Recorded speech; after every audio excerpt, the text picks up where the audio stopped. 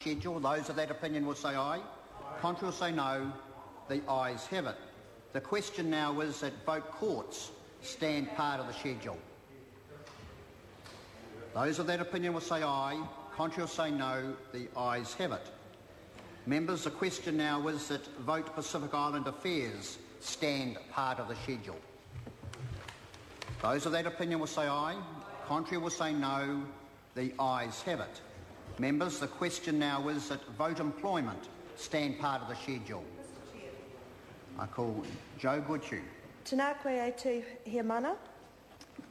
I'm pleased to rise and to speak this afternoon about employment. And in particular, I want to concentrate on the employment for our most vulnerable in the workforce, and I believe those are our younger people. Young people, in fact, have been well and truly overrepresented in the statistics of unemployment. But this government, the national-led government, has taken this bull by the horns, literally, and back in 2009 announced a significant package of opportunities called Youth Opportunities for young people. First of all, there was the job ops, 4,000 job ops. After that, they announced still more, and now that is up to 12,000 job ops. The reason for that is they are truly working, and I am going to be giving you some really, really good examples of that from my own electorate. Then there was Community Max, and Community Max has certainly delivered for young people as well. More opportunities for young people in industry partnership, youth guarantee, service academies, limited service volunteers, Polytech and Technology Institute funding boost, and summer scholarships. And boy, did the students thank us for those summer scholarships. Now, in the southern region, which is the region that my electorate of Rangatata is in, as at the end of May, there were a total of 273 employers that had taken advantage of the job ops package. The Timaru Service Centre had filled 70 job ops and had a further 3 positions available, making a total of 73.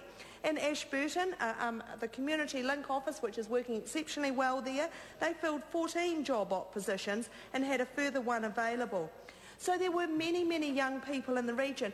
You know, this was such an exciting opportunity that at the National Party 2009 conference, this was announced. And what happened the very next morning, I headed off to the gym, the Monday morning routine, headed off to the gym, and someone tapped me on the shoulder and said, "You had a busy weekend, the National Party, and I really like the sound of that job ops, and I'm going to be in on it." And that employer was one of the first to trot to wins and to actually have somebody signed up for it.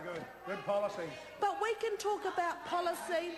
We can talk about policy and announcement till the cows come home.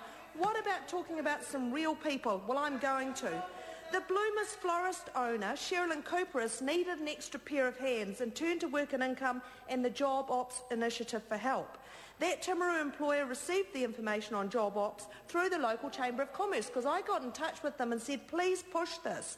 About the same time, 17-year-old Hannah Braid came to Bloomers for work experience while she completed a forestry course. When the course finished, Hannah's tutor contacted Sherilyn to see if there was a job opening. The inquiry was just what Sherilyn needed to commit to job ops. This is what she had to say about Hannah. She's a pretty good and a lovely kid, keen kid.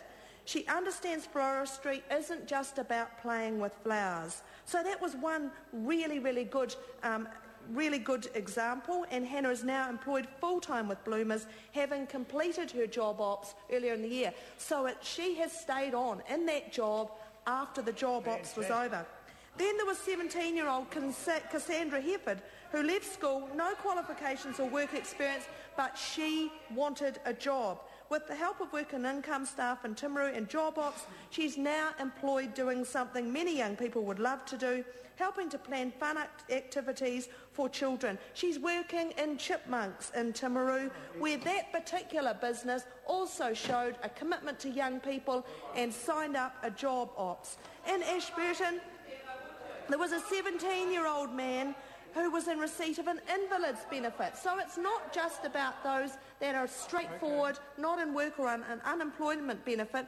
This young man was on an invalid's benefit, but he was keen to work. His health condition is well managed and stable.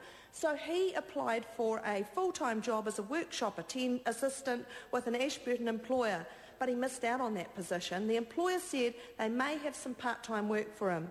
So he met with the Ashburton work broker. This is somebody that I've got a lot of respect for because they really do help young people into work, to discuss employment options, and following that the work broker approached the Ashburton employer where the young man had missed out on the workshop assistant position. And it was job ops that made the difference. The employer was pleased to utilise that funding and give that young man a chance. Then there's another example, again in Ashburton. Colchester Boroughs.